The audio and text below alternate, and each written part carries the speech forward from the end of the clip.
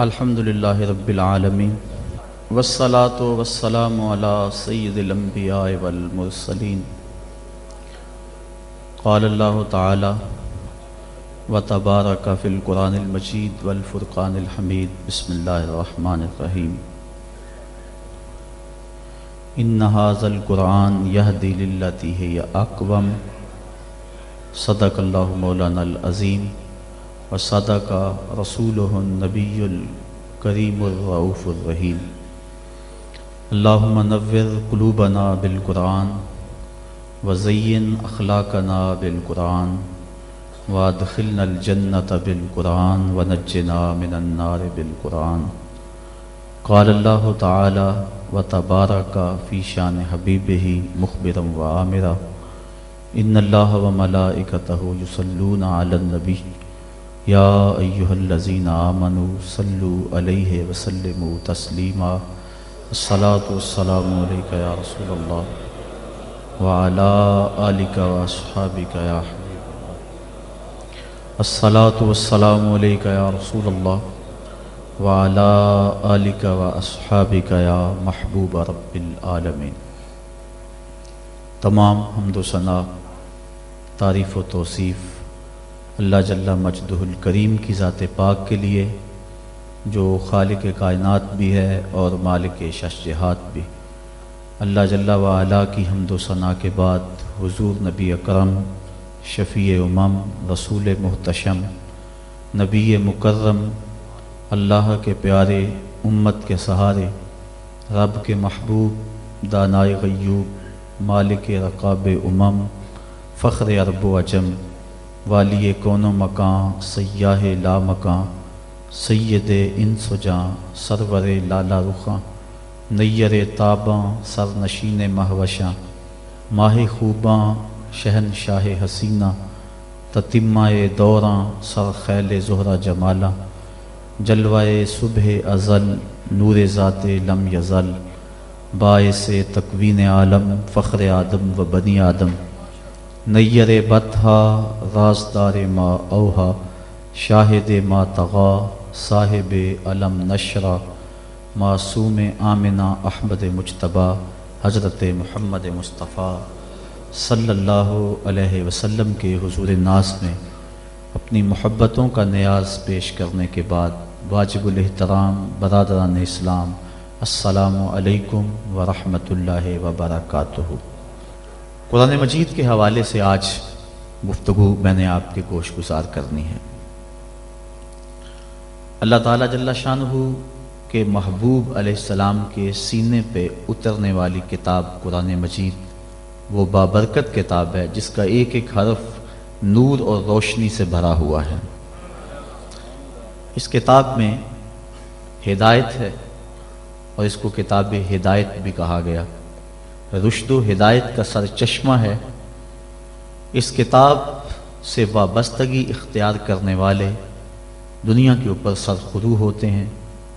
حضرت سیدنا علی المرتضیٰ رضی اللہ تعالی عنہ فرماتے ہیں کہ حضور قرب قیامت کا تذکرہ ارشاد کر رہے تھے۔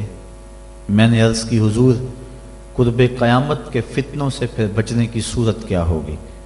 تو فرمایا اللہ کی کتاب قرآن مجید، جو اس سے لپٹ گیا وہ بچ گیا، اور جس نے قرآن سے ہدایت ڈھونڈی اس کو ہدایت مل گئی، اور جس نے قرآن کے علاوہ کسی اور جگہ سے ہدایت ڈھونڈنا چاہی اللہ اس کو گمراہ کر دے گا۔ تو یہ قرآن ہدایت کا سرچشمہ ہے، روشنیوں کا منبع ہے۔ اس کا ایک ایک حرف، ایک ایک لفظ صداقتوں پہ مشتمل ہے۔ دنیا کی کوئی کتاب ایسی نہیں جس کے بارے میں یہ دعویٰ کیا جا سکے کہ اس میں غلطی کا امکان نہیں۔ بڑے سے بڑا مصنف بھی کتاب لکھتا ہے تو اس کی ابتدائیے میں یا اس کے آخر میں یہ بات ضرور لکھتا ہے کہ میری کتاب میں کسی طرح کی کوئی غلطی پائیں تو مجھے مطلع کر دیں تاکہ آئندہ اس کی اصلاح کی جا سکے۔ لیکن قرآن وہ ہے کہ کھولو تو پہلی بات یہ ملے گی، ذالک الکتاب لا ریب فیہ، کوئی غلطی ہے تو بتاؤ، اس میں غلطی نام کی گنجائش تک نہیں۔ یہ صرف دعویٰ قرآن کا ہے، اور قرآن کے علاوہ کسی کتاب کے بارے میں آپ کو یہ دعویٰ نہیں ملے گا۔ حضرت امام شافعی رحمۃ اللہ تعالی علیہ نے ایک کتاب لکھی اور ایک شاگرد کو کہا کہ اس کو میرے سامنے پڑھو. جب اس نے پڑھا تو آپ اس کی کئی غلطیوں پر متنبہ ہوئے کہ اس لفظ کی بجائے یہ لفظ ہوتا تو کیا خوب تھا، اس حرف کی بجائے یہ حرف ہوتا تو کیا اچھا تھا. تغیر و تبدل کرتے رہے. اگلے دن فرمایا پھر پڑھو. اس نے پھر پڑھا، پھر نئی غلطیوں پر متنبہ ہوئے. اس طرح 70 مرتبہ وہ کتاب آپ کے سامنے پڑھی گئی. 70 مرتبہ اس کی غلطیوں پر مطلع ہوئے. پھر اس کے بعد فرمایا داہو، چھوڑ دو، شافی کی کتاب اس قابل نہیں ہے کہ اس میں غلطی کی گنجائش نہ رہے. یہ اعزاز صرف اللہ کی کتاب قرآن مجید کو حاصل ہے کہ اس میں غلطی کی گنجائش اور غلطی کا امکان موجود نہیں ہے. یہ صرف کتاب اللہ ہے قرآن مجید کہ جس میں غلطی کا امکان تک نہیں ہے. اور دنیا کے بڑے بڑے دانشور، دنیا کے بڑے بڑے ادیب، شاعر، ان کو بطور تحدی یہ کہا گیا اگر اس کتاب میں تم شک پاتے ہو جو ہم نے اپنے بندہ خاص پہ نازل کی تو اس کی مثل ایک صورت ہی لا کے دکھاؤ. تو پھر آج تک کوئی نہیں لا سکا. ممکن ہی نہیں ہے. ممکن ہوتا تو کوئی ضرور محنت کرتا. الاتقان فی علوم القرآن کے اندر امام سیوطی لکھتے ہیں اگر قرآن کی مثل لایا جانا ممکن ہوتا تو بدر اور احد کی لڑائیاں نہ ہوتی. سیدھی سی بات تھی کہ قرآن کی مثل لے آتے، لیکن قرآن کی مثل ممکن ہی نہیں. اگر کوئی نظم جوڑنے کی کوشش بھی کرے تو وہ بے تکے لفظ ہوں گے. قرآن کی معنویت اور قرآن کی عظمت کو کوئی چھو بھی نہیں سکتا. جس طرح کہ پچھلے دنوں کے اندر ڈاکٹر شروش نے الفرقان الحق کے نام سے 7 سال کی محنت سے ایک کتاب تیار کر کے دعویٰ کیا کہ میں نے قرآن کے مقابلے میں یہ کتاب لوگوں کو پیش کی ہے. یہودی لابی اس کتاب کے فروغ کے لیے کروڑوں ڈالر صرف کر رہی ہے. انٹرنیٹ پہ وہ کتاب آپ کو دستیاب ہوگی. میں نے بھی اس کی پہلی سورت جس کا نام اسے رکھا ہے سورۃ البسم اللہ، اس کو دیکھا ہے تو مجھے متنبی یاد آ گیا. متنبی نے بھی کسی دور میں کوشش کی تھی قرآن کا مقابلہ کرنے کی. اور قرآن مجید کی ایک بڑی معروف سورت ہے القاریہ مل قاریہ وما ادراک مل قاریہ. کھڑکھڑانے والی، کانوں کے پردوں کو چیر دینے والی وہ گونج اور وہ گرج اور وہ آواز. انسان سراپا حیرت ہے. پھر کہا مل قاریہ، وہ کڑک کیا ہے. انسان پھر بھی سر جھکائے ہوئے، سمجھ، ہوش، خرد، فہم و ادراک سے بالا ہے. پھر کہا وما ادراک مل قاریہ، اپنے علم پہ ناز کرنے والے انسان تجھے کیا پتا کہ وہ قاریہ کیا ہے. یہ ہے قرآن کا اسلوب. اب متنبی نے بھی کوشش کی. اب وہ کہتا ہے الفیل مل فیل وما ادراک مل فیل، اور کہتا ہے میں قرآن کا مقابل لے آیا. فیل عربی میں ہاتھی کو کہتے ہیں. اب القاریہ ایک چیز رکھی گئی، کھڑکھڑانے والی، کانوں کے پردے کو چیر دینے والی. اب نہ اس کو کسی نے سنا، نہ اس کا کوئی تصور دماغ میں لا سکتا ہے. انسان حیرت میں ڈوب گیا. پھر دوسرا سوال اس کے اوپر وارد ہوتا ہے مل قاریہ. حیرت ختم نہیں ہوتی. پھر کہا وما ادراک مل قاریہ، اور پھر بتایا اس نے انسان پتنگوں کی طرح زمین پہ بکھرے ہوئے پڑے ہوں گے، کوئی کسی کا کوئی پرسان حال نہیں ہوگا. اللہ تعالیٰ پورے قہر و جلال میں ہوگا اور اللہ تعالیٰ پوچھے گا این المتکبرون، تکبر کرنے والے کہاں ہیں. تو اس وقت کوئی سر نہیں اٹھا سکے گا. پھر اللہ فرمائے گا این الملوک، بادشاہ کہاں ہیں. تو کوئی سر نہیں اٹھائے گا. پھر کہے گا انا المالک، میں بادشاہ ہوں. تکبر مجھے زیبا ہے. تو وہ اس دن کا نقشہ کھینچا گیا ہے. تو القاریہ مل قاریہ وما ادراک مل قاریہ، یہ سوال در سوال ہوتا چلا جا رہا ہے. اب ذرا متنبی کی بے تکی بات دیکھیے. الفیل، فیل عربی میں ہاتھی کو کہتے ہیں. جب کہہ دیا الفیل بات ختم ہوگی. پھر کہتا ہے مل فیل، ہاتھی کیا ہے. فیل کہنے سے بات سمجھ میں آ گئی کہ ہاتھی ہے. پھر کہتا ہے مل فیل، سوال بنتا ہی نہیں. لیکن پھر اس کے بعد کہتا ہے وما ادراک مل فیل، تم کیا جانو کہ ہاتھی کیا ہے. بچہ جانتا ہے کہ ہاتھی کیا ہے. لفظ تو جوڑنے بیٹھ گیا لیکن معنویت کہاں سے لائے. تو کہا قرآن کی مثل تم لانے کی استطاعت ہی نہیں رکھتے ہو. تیرے سامنے یوں دبے لچے فصحا عرب کے بڑے بڑے، کوئی جانے کے منہ میں زبان نہیں جسم میں جان نہیں. 7 مہینے تک کعبے کی دیوار سے سورہ کوثر لٹکی رہی تھی اور عرب کے بڑے بڑے شاعر اور ادیب اور قصیدہ نگار قرآن کی مثل لانے سے قاصر رہے. اور پھر ایک نے آگے اپنی طرف سے یہ جملے لکھا تھا انا اعطینک الکوثر فصل لربک وانحر. ان شانئک ھو الابتر، اس نے آگے لکھا ما ھذا کلام البشر، یہ کسی بشر کا کلام نہیں ورنہ اس کا مقابلہ ہم ضرور لاتے۔ دور دراز سے ایک شاعر آیا، اس نے دیکھا، اشش کر اٹھا، لیکن جب اس چوتھے جملے پہ آیا تو حیران ہو گیا۔ اس نے چوتھے جملے پہ لکیر کھینچی اور آگے لکھا ولیکن ھذا کلام البشر، یہ پہلے تین کسی بشر کے نہیں، چوتھا کسی بشر کا ہی ہے۔ یہ قرآن کا اعجاز ہے کہ قرآن کی مثل کا لایا جانا ممکن نہیں ہے۔ قرآن کی اخبار و اخبار غیبیہ، قرآن نے جو کہا اس کی صداقتیں حرف بحرف ثابت ہو رہی، بلکہ اس دور میں اللہ تعالیٰ نے قرآن مجید میں ارشاد فرمایا تحویل قبلہ کے متعلق، سیقول السفہاء من الناس ما ولاہم عن قبلتہم التی کانوا علیہا، ان قریب بے وقوف کہیں گے کہ تمہیں قبلے سے کس نے پھیر دیا۔ یہ قرآن نے خبر دی اور یہ اعتراض یہودیوں نے اٹھانا تھا۔ اب قرآن نے کہا ان قریب بے وقوف کہیں گے کہ تمہیں قبلے سے کس نے پھیر دیا۔ پہلے بیت المقدس کی طرف منہ کر کے نماز پڑھتے تھے، اب کعبۃ اللہ کی طرف منہ کر کے نماز پڑھتے ہو، تو کس نے پھیرا، کیوں تم اس سے پھر گئے، یہ اعتراض کریں گے۔ یہ اللہ تعالیٰ نے قرآن مجید میں بیان فرمایا۔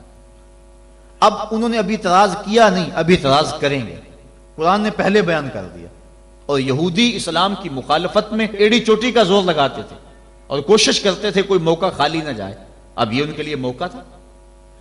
قرآن نے کہا تھا ان قریب کہیں گے بے وقوف کہ تمہیں قبلے سے کس نے پھیرا، تو یہ کس نے کہنا تھا؟ یہودیوں نے کہنا تھا، یہودی کہتے ہی نہ، ان کے دل میں اعتراض آتا بھی تو زبان پہ نہ لاتے اور پھر کہتے لوگ قرآن نے تو کہا تھا کہ لوگ کہیں گے، ہم نہیں کہہ رہے، لہذا قرآن کی بات غلط ہو گئی۔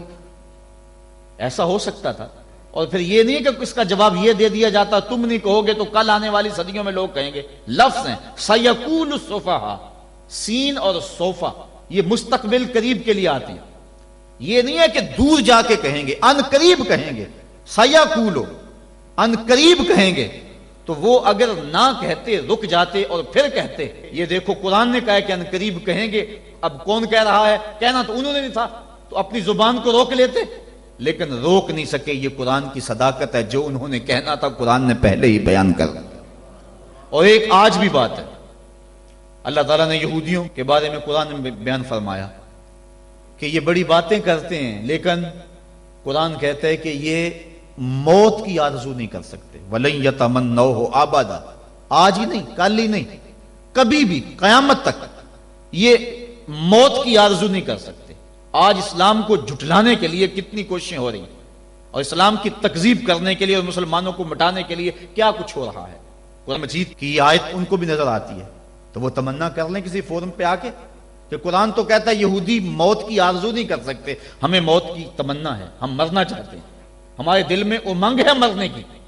وہ کسی فورم پہ آ کے یہ بات کہیں اور کہیں کہ دیکھو قرآن نے تو کہا تھا کہ تم کبھی آرزو نہیں کر سکتے، ہم تو آرزو کر رہے ہیں، لیکن نہ انہیں کل اس بات کی توفیق ہوئی تھی جو قرآن نے سیقول السفہاء کے اندر کہا، اور نہ قیامت کے اندر اس بات کی توفیق ہو سکتی ہے۔ یہ قرآن کی صداقت ہے، قرآن کی صداقتوں کا منہ بولتا ہوا ثبوت ہے کہ قیامت تک قرآن کی صداقتوں کا سورج چمکتا رہے گا اور اس سورج کو کوئی بھی گدلا نہیں سکتا، دھندلا نہیں سکتا، اس کی روشنی کو کوئی مات نہیں کر سکتا۔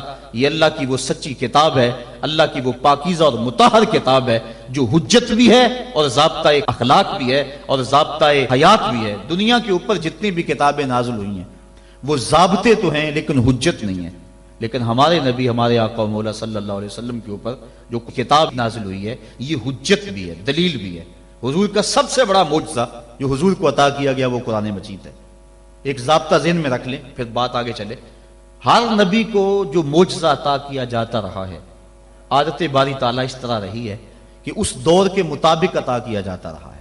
مثال کے طور پہ حضرت داؤد علیہ السلام کے دور میں لوہے کی صنعت عروج پہ تھی، لوگ لوہے کا کام کرتے تھے، زرہیں بناتے تھے، لوہے کو گرم کر کے نرم کر کے ڈال کے کوئی شکل دیتے۔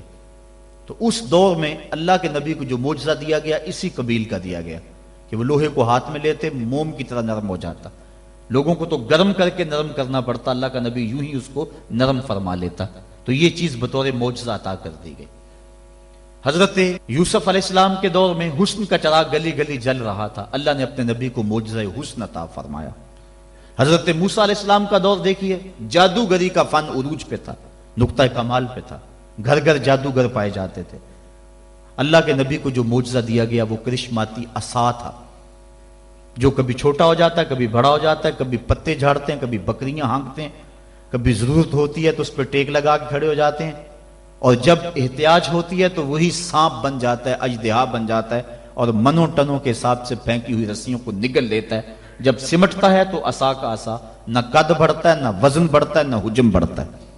تو چونکہ جادوگری کا دور تھا، جو معجزہ دیا گیا وہ جادوگروں کے فخر کو توڑتا دکھائی دے رہا ہے۔ حضرت صالح علیہ السلام کے دور میں لوگ پتھر سے چیزیں بنانے کے عادی تھے، لیکن اللہ نے جو نبی کو معجزہ دیا وہ پتھر سے زندہ اونٹنی نکال کے دکھا دی۔ حضرت عیسیٰ علیہ السلام کا دور دیکھ لیجئے، یہ طب کے عروج کا دور ہے۔ طب یونانی نے درجہ کمال حاصل کر لیا، ہر مرض کی تدبیر، تشخیص، علاج، معالجہ دریافت کر لیا گیا تھا، لیکن 3 امراض کا ان کے پاس علاج نہیں تھا۔ مادرزاد اندھے کی آنکھوں میں روشنی نہیں بھر سکتے تھے، کوڑی کے جسم کو شفا نہیں دے سکتے تھے، تیسرا ان کے پاس موت کا علاج نہیں تھا۔ اللہ نے اپنے نبی حضرت عیسیٰ علیہ السلام کے ہاتھوں میں یہ تینوں علاج رکھ دیے۔ وہ مادرزاد اندھے کی آنکھوں پہ ہاتھ رکھتے ہیں، اس میں روشنی آ جاتی ہے، کوڑی کے جسم کو ہاتھ پھیرتے ہیں، اس کو شفا مل جاتی ہے، اور مردے کو ٹھوکر مارتے ہیں، وہ اٹھ کے باتیں کرنے لگ جاتا ہے۔ ہر نبی کو جو معجزہ دیا گیا اس دور کے مطابق دیا گیا۔ اور جب میرے اور آپ کے آقا و مولا آئے، یہ زبان و بیان کا دور تھا، گھر گھر شاعر اور ادیب تھے، لوگوں کو اپنی زبان پہ، بیان پہ ناز تھا۔ جو سب سے بڑا معجزہ جو حضور کو دیا گیا وہ معجزہ قرآن دیا گیا، اور پھر اس کی حفاظت اللہ نے اپنے ذمہ کرم پہ لی۔ باقی کتابیں بھی تو اللہ کی تھی، لیکن ان کی حفاظت اللہ نے اپنے ذمہ کرم پہ نہیں لی، اس لیے کہ ان کتابوں کے بعد نئی کتاب نے آنا تھا۔ اگر ان میں تحریف راپ آ جاتی ہے، ان میں کمی بیشی ہو جاتی ہے، تو نئی کتاب آ کے اس خلا کو پورا کر دے گی۔ اس لیے حضور علیہ الصلوۃ والسلام کے سینے پہ اترنے والی کتاب قرآن مجید کی حفاظت اس نے اپنے ذمہ کرم پہ لی کہ اس کے بعد کوئی کتاب نہیں آئے گی، لہٰذا اس کے احکام غیر متبدل ہوں گے۔ کتاب زندہ قرآن حکیم، حکمت او لا یزالست و قدیم، اس کی حفاظت اپنے ذمے لے لی۔ قیامت تک آنے والی نسلوں کے دکھوں کا مداوع اس ایک کتاب قرآن مجید کے اندر رکھ دیا، اور اس کتاب سے وابستہ ہونے والا، اس سے روشنی اور نور لینے والا محروم نہیں رہ سکتا ہے۔ یہ قرآن اللہ کا پیغام ہے جو امت کے نام مصطفیٰ کی وساطت سے دیا گیا ہے۔ اللہ تعالیٰ گفتگو فرماتا ہے لوگوں سے کلام مجید کے پردے میں، بلکہ حضور نے ارشاد فرمایا تم میں سے اگر کسی کا اللہ سے باتیں کرنے کو جی چاہے تو وہ قرآن کھول کے بیٹھ جائے۔ قرآن اللہ سے ہم کلام ہونا ہے، اللہ سے سرگوشیاں کرنا ہے، اللہ سے باتیں کرنا ہے۔ کاش ہم قرآن مجید کے مفہوم کو اور قرآن مجید کے معانی و مطالب کو سمجھ کے اس کو پڑھنے کی کوشش کریں۔ آج اس امت کا المیہ یہی ہے کہ اس نے قرآن مجید کو چھوڑ دیا ہوا ہے۔ ہم نے بطور رسم قرآن مجید کو اپنایا ہے، رسم کے طور پہ پڑھتے ہیں، لیکن اس کو جس مقصد کے لیے نازل کیا گیا تھا وہ مقصد ہمیں حاصل نہیں ہے۔ میں آپ سے ایک سادہ سا سوال کرنا چاہوں گا۔ آپ کا بچہ انگلش میڈیم سکول میں پڑھتا ہو، آپ 2 4 5 10 ماہ کے بعد اس کا اختبار کریں، امتحان لیں اس کا، وہ انگلش فر بولتا ہو، لہجہ بھی ٹھیک ہو، سپیلنگ بھی اسے آتے ہوں، لیکن آپ دیکھیں کہ اس کو معنی و مطالب سے آگے ہی نہیں ہے، تو آپ پوچھیں کہ بیٹا اس کا ترجمہ کیا، تو وہ کہے کہ ٹرانسلیشن تو کرائی نہیں جاتی وہاں۔ تو آپ ایسے سکول میں اپنے بچے کو پڑھانا گوارا کریں گے جہاں لفظ سکھائے جاتے ہو، مفہوم نہ بتایا جاتا ہو، جہاں الفاظ تو پڑھائے جاتے ہوں، ریڈنگ تو کروائی جاتی ہو، لیکن ٹرانسلیشن نہ کروائی جاتی ہو؟ آپ کہیں گے خاک پڑا، لفظ فر بولتا ہے، معنی و مطالب نہیں جانتا۔ لیکن افسوس ہم قرآن مجید کی تلاوت پہ ہی مطمئن ہو جاتے ہیں، اس کی ریڈنگ کو ہی کافی سمجھ لیتے ہیں، اور اس کے مفہوم کیا ہیں، مطالب کیا ہیں، مالک کا پیغام ہمارے نام کیا ہے، ہم اس کو سمجھنے کی زحمت گوارا نہیں کرتے۔ اور بسا اوقات ہوتا ہے کہ قاری قرآن تلاوت کر رہا ہے اور سننے والے جھوم رہے ہیں، سبحان اللہ پکار رہے ہیں، اور وہ ان آیات پر مشتمل تلاوت کر رہا ہے جن میں عذابوں کا تذکرہ موجود ہے۔ استغفر اللہ کہنے کا موقع تھا، لیکن ہمیں پتہ ہی نہیں ہے کہ کہا کیا جا رہا۔ ہمارے نام جو اللہ کا پیغام ہے، ہم نے اس کو سمجھنے کی کوشش نہیں کی۔ اور یہ بات ذہن میں رکھیں، جتنا یقین، جتنا اذعان اور جتنی پختگی قرآن کے دامن میں آپ کو کہیں سے نہیں مل سکتی۔ قرآن کا ایک ایک لفظ صداقت پہ مشتمل ہے۔ ہم اپنے بزرگوں کے جب حالات پڑھتے ہیں انہوں نے قرآن کے حوالے سے جس انداز کے ساتھ محبتوں کا اظہار کیا ہے، انسان ششتر رہ جاتا ہے۔ حضرت جنید بغدادی اپنے مرید کو ایک صندوق دیا، کہا بیٹا جاؤ اس کو دریائے دجلہ کی موجوں کے سپرد کراؤ، اور سنو اس کو کھول کر کے نہیں دیکھنا کہ اس کے اندر کیا ہے۔ کامل مرید وہی ہوتا ہے جو اپنے شیخ کے راز کی حفاظت کرے۔ حضرت جنید بغدادی رضی اللہ تعالیٰ عنہ کے اس مرید نے اس صندوق کو سر پہ اٹھایا اور دریائے دجلہ کے کنارے پہ پہنچا، اور جو ہی اس نے دریائے دجلہ میں وہ صندوق پھینکا تو کیا منظر دیکھا کہ پانی پھٹ گیا اور اس نے راہیں کشادہ کر دی اور صندوق کو اپنی آغوش میں لے لیا۔ بڑا حیران ہوا، واپس پلٹا اور اپنے شیخ کی خدمت میں حاضر ہو کے عرض کی حضور اگر یہ منظر میری آنکھیں نہ دیکھتی تو میں کبھی سوال نہ کرتا، مجھے بتایا جائے اس صندوق میں کیا تھا جس کے لیے پانی نے بھی راہیں چھوڑ دی، اور اگر وہ چیز اتنی ہی مقدس اور بابرکت تھی تو پھر آپ نے اس کو پھینکوا کیوں دیا ہے؟ یہ معمہ بن گیا میرے لیے، جب تک آپ بتائیں گے نہیں مجھے قرار نہیں آئے گا۔ فرمایا بیٹا ہاں تم نے اپنی آنکھوں سے منظر ہی ایسا دیکھا ہے، جب تک میں اس سے پردہ نہ اٹھاؤں تمہارا اضطراب دور نہیں ہوگا۔ کہا سنو، میں نے 12 سال کی محنت شاقہ سے تصوف کے رموز و غوامض اور اسرار پر ایک کتاب لکھی تھی، اور پھر 12 سال میں اس کی نوک پلک سنوارتا رہا کہ اس کا کوئی جملہ شریعت کے مزاج سے ہٹ کر نہ لکھا گیا ہو، اور پھر 12 سال میں سوچتا رہا اس کتاب کو لوگوں تک پہنچاؤں کہ نہ پہنچاؤں۔ آج 36 سال بیت گئے ہیں، میں نے سوچا ہے قرآن کے ہوتے ہوئے لوگوں کو جنید کی کسی کتاب کی ضرورت نہیں ہے۔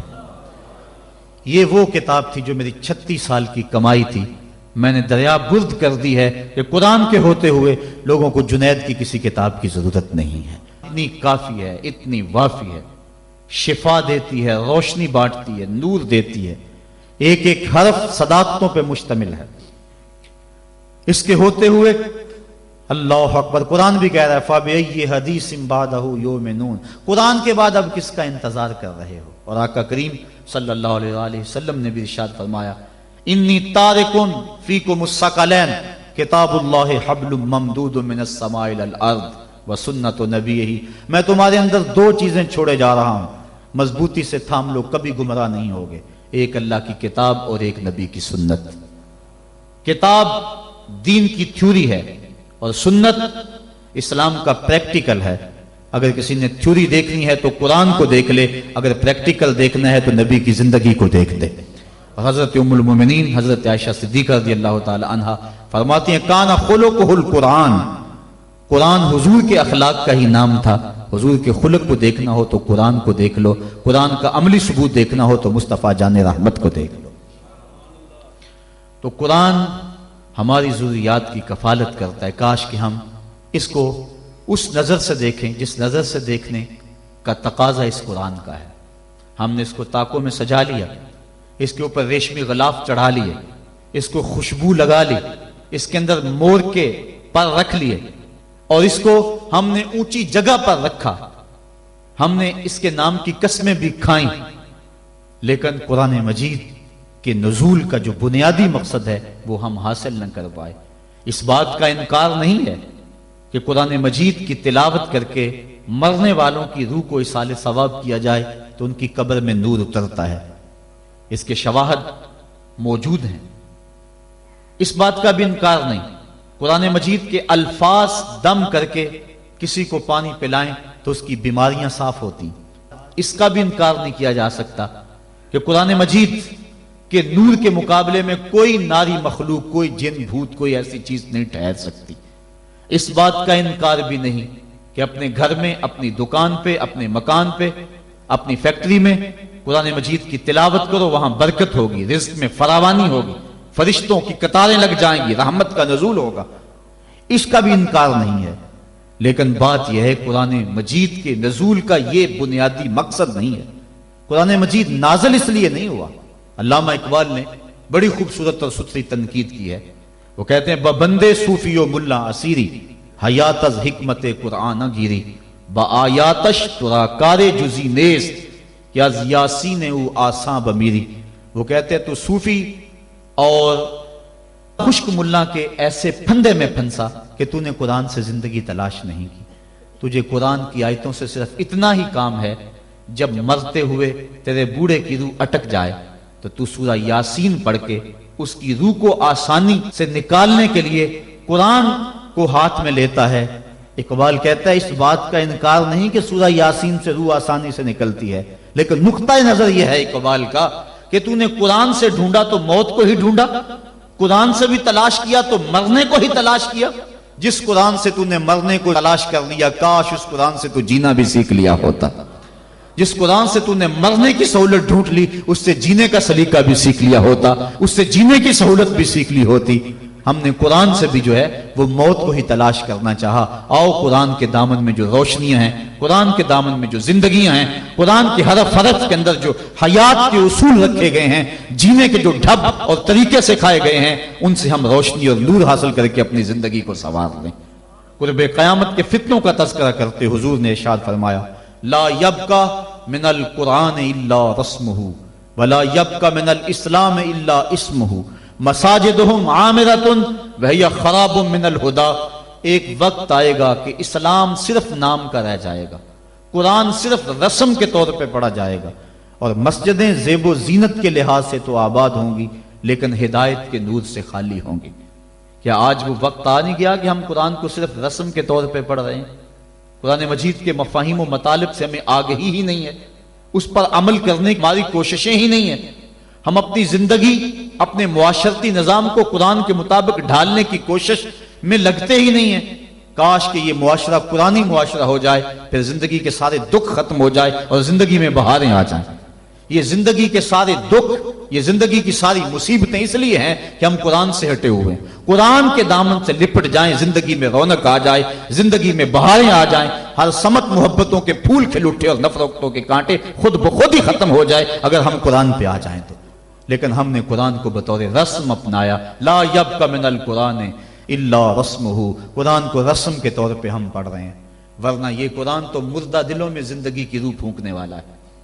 وہ جو قتل کرنے کے منصوبے تیار کر کے گھر سے نکلتے ہیں اور ہاتھ میں تلوار لیتے ہیں، آج بانی اسلام کا کلا کما کر دیں گے۔ سورہ طٰہٰ کی ابھی چند آیتیں ان کے کانوں میں پڑتی ہیں تو ان کے سارے پروگرام بدل کے رہ جاتے ہیں۔ جو بانی اسلام کے چراغ کو گل کرنے کے عزم لے کر گھر سے نکلتے ہیں، گلے میں پٹکا ڈالا ہوا ہے اور اپنے بہنوئی کے ہاتھ میں دیا ہے، کہا مجرم بنا کے حضور کی خدمت میں پیش کر دو۔ یہ قرآن کی تاثیر تھی، اور پھر قرآن ان کے اوپر ایسا اترا کہ پھر ان کی زبان سے قرآن کا جو نغمہ پھوٹا، لوگوں کی تقدیر پلٹتا چلا گیا۔ حضرت عمر فاروق کا دور ہمایوں ہے، مسجد نبوی میں عورتیں بھی نماز پڑھتی ہیں، مرد بھی نماز پڑھتے ہیں۔ مرور زمانہ اور فتنے کے اندیشے سے حضرت عمر فاروق کے دور میں عورتوں کو مسجد میں باجماعت نماز پڑھنے آنے سے منع کیا گیا تھا، ورنہ پہلے مردوں کی صفیں، پھر بچوں کی، پھر خنسا، اور پھر اس کے بعد عورتوں کی صفیں ہوا کرتی تھی۔ حضرت عمر فاروق کے دور میں جو ہے وہ کچھ دور گزرنے کے بعد اس کی ممانعت ہوئی۔ آپ کا دور ہمایوں میں مسجد میں عورتیں بھی نمازیں پڑھنے آتی ہیں اور مرد بھی۔ ایک عورت، اللہ نے اس کو شکل و صورت سے نواز رکھا ہے، وہ نماز پڑھنے آتی ہے، ایک نوجوان رستہ روک کے کھڑا ہو جاتا ہے، 2 4 5 مرتبہ اس نے اس کی مزاحمت کے انداز کو دیکھا۔ ایک دن رک کر پوچھا تجھے کیا مسئلہ ہے؟ اس نے اپنے قلب کی خواہش کا اظہار کیا کہ میں تیرا متوالا ہوں، چاہنے والا ہوں، تیری ایک ایک ادا پہ 100 جان سے قربان ہونے کے لیے تیار کھڑا ہوں۔ اس نے کہا میری ایک شرط پوری کر دے، میں تیری ہر خواہش، تیری ہر بات مانوں گی۔ اس نے کہا جلدی کہو، میں تمہارے لیے آسمان سے تارے بھی توڑ لاؤں گا۔ اس نے کہا میری کوئی لمبی خواہش نہیں ہے، ایک ہی میری آرزو ہے، 40 دن تک عمر فاروق رضی اللہ تعالیٰ عنہ کے پیچھے نمازیں پڑھ لو، اس کے بعد جو کہو گے میں ماننے کے لیے تیار ہوں۔ تو اس نے کہا یہ کون سی مشکل شرط رکھ دی، یہ تو بڑا آسان ہے، اگر اس سے تو مل جاتی ہے تو میرے لیے 40 دنوں کی نمازیں کہہ رہی ہے، میں تو 40 سال بھی گزارنے کو تیار تھا۔ خیر 40 دن مسلسل نمازیں چلتی رہیں۔ جب 40ویں دن کی آخری نماز پڑھ کے وہ نوجوان واپس جا رہا ہے، اسی جگہ پہ عورت حسب وعدہ کھڑی ہے، یہ نظر جھکا کے گزرنے لگا۔ اس نے کہا میں وعدے کے مطابق کھڑی ہوں۔ کہا اب تیری ضرورت نہیں رہی، عمر نے دل کا تعلق رب سے جوڑ دیا۔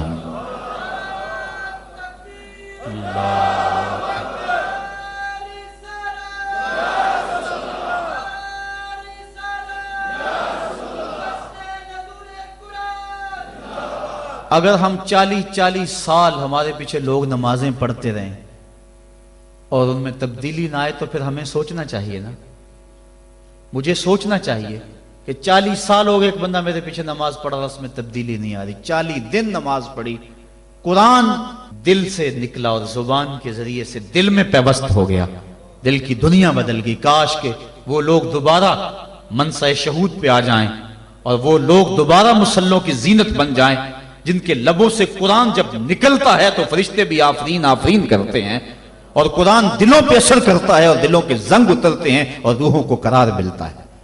آج امت کے لیے ابتلا اور آزمائش کے مرحلے طویل سے طویل تر ہوتے چلے جا رہے ہیں۔ اس کا ایک سبب یہ ہے کہ جو امت کے رہنما ہیں وہ درد کی دولت سے خالی ہیں، واعظ قوم کی وہ پختہ خیالی نہ رہی، برق طبعی نہ رہی، شعلہ میں کالی نہ رہی، رہ گئی رسم آذاں روح بلالی نہ رہی، فلسفہ رہ گیا تلقین غزالی نہ رہی، مسجد مرثیہ خواہیں کہ نمازی نہ رہے، یعنی صاحب اوصاف وہ حجازی نہ رہے۔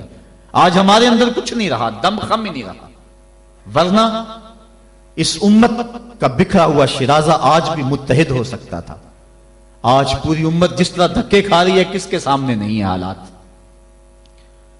کبھی ہمارا کردار لوگوں کو زندگی کی راہیں دکھایا کرتا تھا، آج ہمیں دیکھ کے لوگ دین سے بدزن ہوتے چلے جا رہے ہیں۔ حضرت نبی رحمت صلی اللہ علیہ وآلہ وسلم کی سیرت پر مشتمل ایک کتاب لکھی گئی ہے، عرب کا چاند، اور اس کا رائٹر ہے سوامی لکشمن پرشاد، انڈیا کا رہنے والا ہے۔ اس نے حضور کی سیرت پر 200-250 صفحات پر مشتمل کتاب لکھی، بچپن میں میری نظر سے بھی گزری، بڑے ذوق سے اس کو پڑھا تھا۔ سوامی لکشمن پرشاد سے انٹرویو کیا گیا کہ تو نے حضور کی سیرت پہ کتاب لکھی ہے، اتنا بڑا کام کیا، تو کلمہ پڑھ کے حضور کا غلام کیوں نہیں بن جاتا؟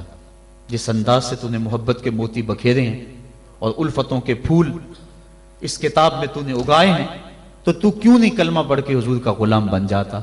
تو لالو کا جواب سنیے، ہماری آنکھیں کھول دینے کے لیے کافی ہے، اور اتنا زناٹے دار تماچا ہے، اگر ہم محسوس کریں تو صدیوں اس کی کسک نہ جائے، اگر نہ محسوس کریں تو وہ ایک گاڑی کے پیچھے لکھا تھا، عقل نہ ہو تو موجیں ہی موجاں، لیکن اگر سمجھنے کی بات ہو تو اتنی بڑی تنبیہ ہے کہ پاؤں کے نیچے سے زمین نکل جاتی ہے، اور ہمیں اپنے وجود سے شرم آتی ہے، ہمارے جسم کا ایک ایک رواں پسینے سے شرابور ہو جاتا ہے۔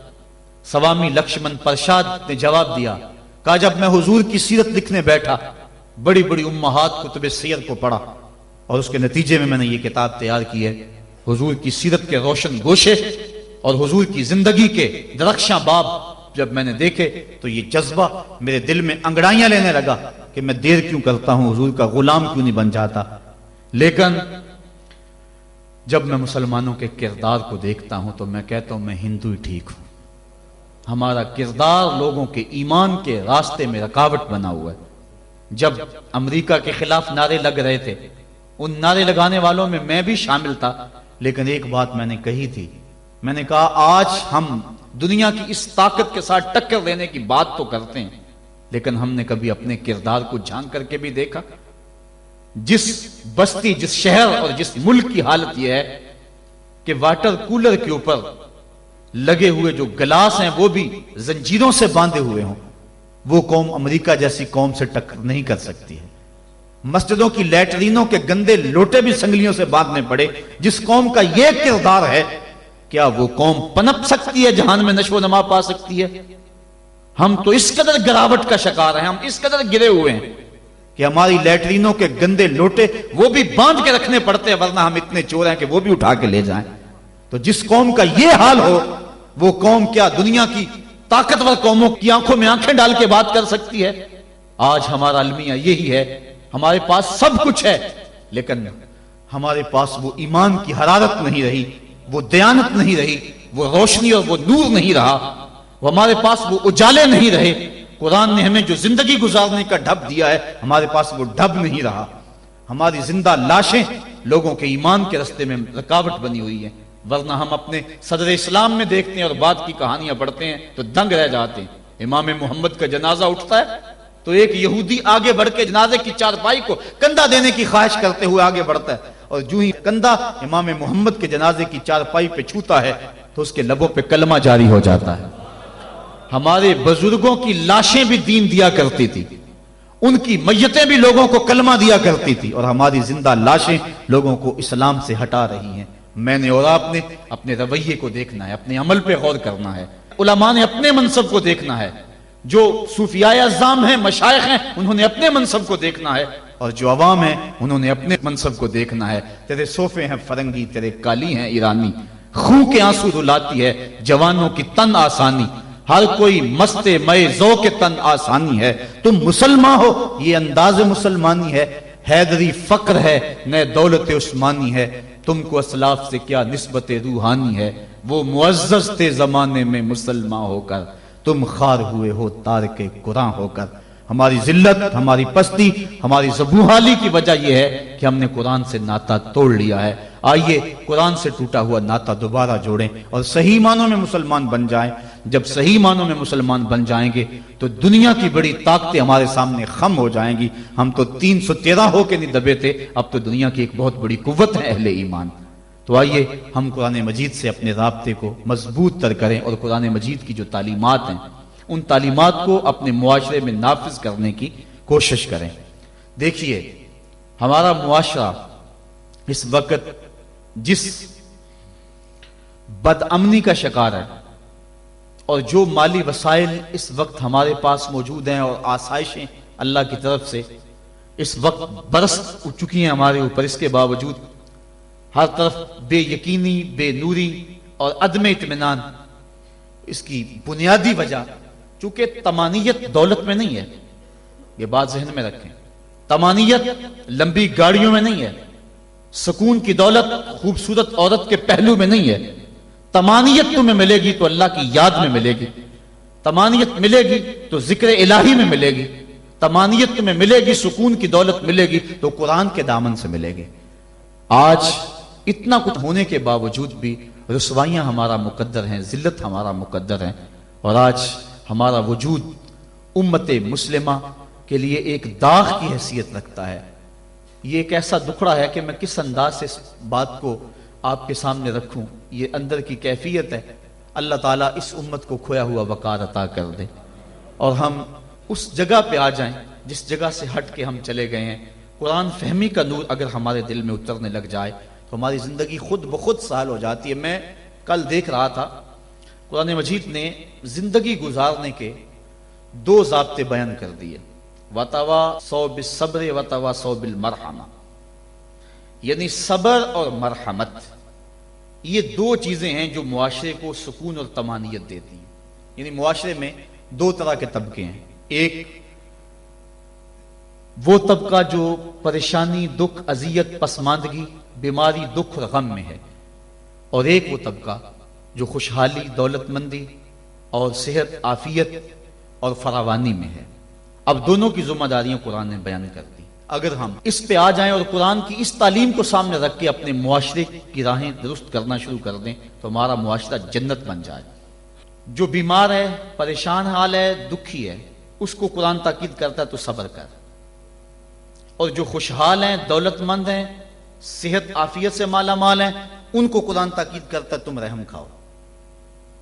اور اگر مصیبت زدہ صبر کی کوشش شروع کر دے، اور جس کے پاس دولتوں کی، عافیتوں کی، صحت کی فراوانی ہے، وہ دوسروں کے دکھ بانٹنا شروع کر دے، تو آپ بتائیں کہ معاشرے کے اندر کتنا حسن پیدا ہو جائے۔ لیکن ہم نے کبھی اس نظر سے دیکھا ہی نہیں۔ عید الفطر کے موقع پہ پچھلے سال اس پر مفصل گفتگو کی تھی، جو احباب وہاں موجود تھے انہیں یاد ہوگا کہ ہماری عید کیا ہوتی ہے۔ ایک طرف تو خوشیوں کے گہوارے ہیں اور دوسری طرف غم کے اندھیرے ہوتے ہیں، اور ہم عید منا رہے ہوتے ہیں۔ ہماری عید جو ہے وہ غریبوں کو، پسماندہ لوگوں کو، پریشان، دکھی اور بیماروں کو، ان کو اپنی خوشیوں میں شامل کرنے کا نام حقیقی عید یہ ہے۔ اپنی خوشیوں کو خرید لینا اور اپنی خوشیوں کا متوالا ہو جانا، یہ ایک مومن کا مزاج نہیں ہے۔ وہ دوسروں کو ساتھ لے کے چلتا ہے۔ عید کے دن کلیجہ پھٹتا ہے جب ایک طرف امیر کا بگڑا ہوا بچہ گولڈن سیب کا ایک کونا کاٹ کے دوسرا کتے کے آگے ڈال رہا ہوتا ہے، اور دوسری طرف بیوہ کا غریب بچہ چھابڑی لگا کے آلو چھولے بیچ رہا ہوتا ہے۔ بچوں کے جذبات تو ایک جیسے ہوتے ہیں، وہ ایک طرح سے سوچتے ہیں۔ ہر بچہ بچپن میں بادشاہ ہوتا ہے، اگر امیر کا بچہ کھیلنے کو چاند مانگتا ہے تو یہ آرزو غریب کے بچے کی بھی ہوتی ہے. یہ عید کے دن بھی تفریق ہم نہیں مٹا سکتے.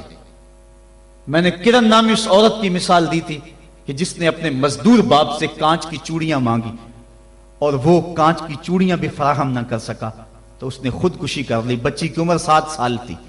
کیا وہ معاشرے کے کندھوں کے اوپر بوجھ نہیں ہے؟ اگر ہمسایہ بھوکا سو جائے تو نماز قبول نہیں ہوتی. اور آقا کریم نے تو یہاں تک فرمایا اپنے گوشت کی خوشبو سے ہمسائے کو تکلیف نہ دو. یا تو تھوڑا سا پانی زیادہ ڈال لو اور شوربے ایک پیالی ہمسایوں کے گھر بھی بھیج دو. اور اگر ایسا نہیں کر سکتے تو ایسے وقت میں وہ گوشت پکاؤ کہ ہمسائے کے بچے اگر مچل پڑے اور انہوں نے ضد کر لی اور غریب باپ ان کی ضد کو پورا نہ کر سکا تو ان کے دکھوں کا مداوع کس کے پاس ہے؟ یہ شریعت کا مزاج ہے. عید کے دن، عید کی رات جو موانست کی رات ہے، جو محبتوں کی رات ہے، دکھ لوگوں کے بانٹنے کی رات ہے، وہاں بے چراغ گھروں کا رخ کرو. اور جن کے گھروں کے اندر سکون اور طمانیت نام کی کوئی چیز نہیں ہے، جن کے گھر کے اندر خوشی نام کی کسی چیز کا بسیرا نہیں ہے، عید کے دن وہ دکھی گھر ڈھونڈو اور محبتیں جا کے ان گھروں میں تقسیم کرو. اور عید کی خوشیوں میں اگر ان کو شامل کر لیتے ہو تو یہ قرآن کا مزاج ہے. وَتَوَاصَوْا بِالصَّبْرِ وَتَوَاصَوْا بِالْمَرْحَمَةِ. ایک طبقہ جو ہے وہ بھی واویلا نہ کرے، دکھ آ جائے تو دکھ کو برداشت کرے. اللہ دکھ پر صبر کرنے پر بھی اجر رکھا ہوا ہے. ایک خاتون حضور کی خدمت میں حاضر ہوئی، حضور مرگی کے دورے پڑتے ہیں تو میرے لیے دعا کرو کہ میں جب گرتی ہوں تو میرا سطر بھی کھل جاتا ہے. تو آقا کریم نے فرمایا اگر تو کہے تو میں دعا کر دوں اور اگر تو صبر کر تو تجھے اللہ جنت عطا فرمائے گا. اس نے عرض کی حضور مجھے جنت والا سودا قبول ہے، مجھے یہ مرگی کے دورے پڑتے رہیں لیکن صبر کروں گی جنت مجھے مل جائے. لیکن اتنا ہے کہ عورت ذات ہوں جب گرتی ہوں تو پردہ کھل جاتا ہے. یہ آرزو ہے کہ پردہ سطر نہ کھلے. فرمایا ہاں سطر نہیں کھلے گا لیکن مرگی کے دورے بدستور موجود رہیں گے. آقا کریم نے اس کو جنت کی بشارت دی. یہ تھے وہ لوگ جن کا اللہ پہ یقین تھا. جنت کے وعدے پہ اطمینان ہے اور جنت کے وعدے پر اپنی بیماری کو قبول کر رہے ہیں. ہم تھوڑا سا دکھ جھیلتے ہیں تو واویلا مچا دیتے ہیں. قرآن نے دونوں کو جو ہے وہ آئینہ دکھایا اور رستہ بتلایا کہ جو محروم طبقے ہیں، غریب طبقے ہیں، دکھی طبقے ہیں، وہ صبر کا دامن نہ چھوڑیں، وہ اپنی غربت کو تماشا نہ بنائیں. اور دوسری طرف جن کو دولت کی فراوانی دی گئی ہے، جن کو صحت و عافیت دی گئی ہے، وہ اپنی عافیت قدوں میں بیٹھ کے عید کی خوشیاں نہ منائیں بلکہ وہ ان لوگوں تک پہنچے جو دکھی ہیں، جن کے گھروں کے چراغ بجھے ہوئے ہیں، جن کے گھر کے اندر روشنی نام کی چیز کوئی نہیں، جس کے گھر کے اندر سے ضیائیں اور خوشیاں روٹھ گئی ہیں، وہ ان کی خوشیاں ان کے گھر کی دہلیز تک پہنچانے کی کوشش کریں. عرش کا رب بڑا مہربان ہوگا، ان کے اوپر اپنی چھم چھم رحمتوں کا نزول فرمائے گا. آئیے ہم عید کے روز اس عزم کا اعادہ کر کے دکھی اور مصیبت زدہ اپنے غریب رشتہ داروں کو اور اپنے معاشرے میں، اپنی گلی اور اپنے محلے میں جو دکھی لوگ ہیں ان کی اعانت کے لیے میدان میں نکلیں. یقیناً یہ بہت بڑی نیکی ہے. میں حضرت سید عائشہ صدیقہ رضی اللہ تعالی عنہا کے حوالے سے وہ روایت عرض کیا کرتا ہوں. ایک دن محبوب خدا کا دریا رحمت جوش میں آ گیا. فرمایا عائشہ جو مانگنا ہے مانگ لو. عرض کی حضور اگر اجازت ہو تو میں اپنے باپ سے مشورہ کر لوں. کہا جاؤ کر لو. سیدنا صدیق اکبر کی خدمت میں حاضر ہوئی اور کہا حضور کا دریا رحمت جوش میں ہے. اور آقا فرمایا عائشہ جو مانگنا ہے مانگ لو، مجھے بتایا جائے میں حضور سے کیا مانگوں، آپ انتخاب فرمائیں. تو حضرت ابو بکر صدیق رضی اللہ تعالیٰ عنہ نے فرمایا کہ حضور سے کہنا کہ معراج کی رات قربت خاص میں اللہ نے آپ سے جو خاص باتیں کی تھی ان میں سے ایک بات بتا دیں. یہ میری ڈیمانڈ ہے، یہی میری چاہت ہے، آج یہ میں آپ سے طلب کرنا چاہتی ہوں. حضرت ام المومنین حاضر ہوئی. اللہ اکبر. حضور نے پوچھا عائشہ مانگو جو مانگنا ہے. عرض کی حضور معراج کی رات جب قربت خاص میں آپ پہنچے تھے اور آپ کے مالک نے آپ سے راز و نیاز کی کچھ باتیں کی تھیں، میری آرزو ہے ان راز کی باتوں میں سے ایک بات مجھ کو بتا دیں. حضور مسکرانے لگے اس بات پہ کہ ابو بکر صدیق کا انتخاب کیسا ہے، اور پھر اگر وہ راز کی بات بتا دوں پھر راز راز تو نہ رہا، لیکن چونکہ وعدہ کیا ہوا تھا فرمایا عائشہ سنو، جب میں قرب خاص میں پہنچا تو میرے مالک نے مجھ سے جو خاص باتیں فرمائیں ان میں سے ایک بات یہ تھی، اے میرے محبوب اگر تیری امت میں سے کوئی شخص کسی ٹوٹے ہوئے دل کو جوڑ دے گا تو میرے اوپر لازم ہے کہ بغیر حساب کے جنت عطا فرما دو. تو حضرت عائشہ صدیقہ رضی اللہ تعالیٰ عنہ بہت خوش ہوئی. حضرت صدیق اکبر نے بتایا ہوا تھا کہ جو حضور کہیں وہ مجھے ضرور بتانا ہے. حاضر ہوئی اور آ کے کہا آپ رونے لگے. کہا بات رونے والی تو نہیں ہے، بات تو خوش ہونے والی ہے. بسا اوقات کسی کا دل ہم جوڑ دیتے ہیں، کوئی کسی کو قرضہ دے دیا، دکھی کے کام آگے، کسی بھوکے کو کھانا کھلا دیا، یہ تو کام بن گیا، جنت کے راستے آسان ہوئے۔ کہا میں اس کو دوسرے پہلو سے دیکھ رہا ہوں، تصویر کا دوسرا رخ دیکھ رہا ہوں، میں اس کو ذرا معکوس دیکھ رہا ہوں۔ اگر کوئی کسی کا ٹوٹا ہوا دل جوڑ دے تو بغیر حساب کے اللہ کے اوپر واجب ہے کہ وہ جنت میں بھیجے گا۔ تو اگر کوئی کسی کا دل توڑ بیٹھے تو ہم دیکھیں کہ ہم اپنے عمل سے، اپنے رویے سے کسی کا دل تو نہیں توڑتے۔ ہم عید کی نمائش اس انداز سے تو نہیں کرتے کہ غریب کو اس کا دکھ زیادہ لگنے لگ جاتا ہے۔ وہ کسی مفکر نے کہا تھا نا کہ آپ اپنی آسائش نہ چھوڑیں، نماز چھوڑ دیں تو غریبوں کے دکھ ختم ہو جائیں۔ لیکن ہم نے کبھی اس نقطہ نظر سے نہیں سوچا۔ آئیے ہم معاشرے کی اس اونچ نیچ کو ختم کرنے کے لیے عملی طور پہ کوشش کریں۔ یہ ایک اہم پیغام تھا، میں آپ تک پہنچانا چاہتا تھا۔ اس پیغام کو لے لیں، پلے باندھ لیں اور اس کو گلی گلی پہنچانے کی کوشش کریں اور معاشرے کے دکھ بانٹیں۔ یہی بہت بڑی نیکی ہے۔ اللہ مجھے آپ کو توفیق عمل عطا فرمائے کہ ہم اللہ کے بتائے ہوئے دین کے مطابق اور قرآن کے بتائے ہوئے راستے کے مطابق زندگی گزاریں۔